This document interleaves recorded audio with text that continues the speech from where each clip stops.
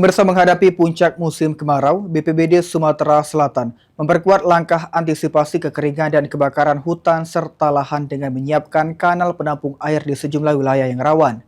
Sejumlah daerah yang diwaspadai mengalami kekeringan seperti Oki, Banyuasin, Musi Banyuasin, dan juga Ogan Ilir.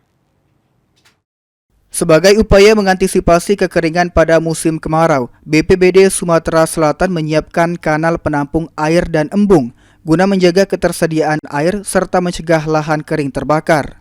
Kepala Pelaksana BPBD Sumsel, M. Iqbal Ali Syahbana, mengatakan kanal-kanal tersebut disiapkan di daerah yang rawan kebakaran hutan dan lahan.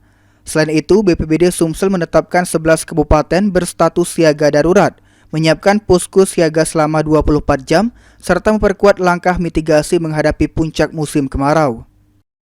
Secara umum ada 12 kabupaten kota, tapi yang lebih spesifik lagi ada di Kabupaten Oki, yang mana hampir 600.000 hektar itu merupakan lahan gambut. Selain dari itu ada di Kabupaten Banyuasin, Musi Banyuasin, Kabupaten Oki, Muara Enim, Pali. Sejumlah daerah yang menjadi perhatian karena berpotensi mengalami kekeringan antara lain Kabupaten Oki, Banyuasin, Musi Banyuasin, Ogan Ilir, Muara Enim, dan juga Pali. Ilham Wahyudi, PAL TV.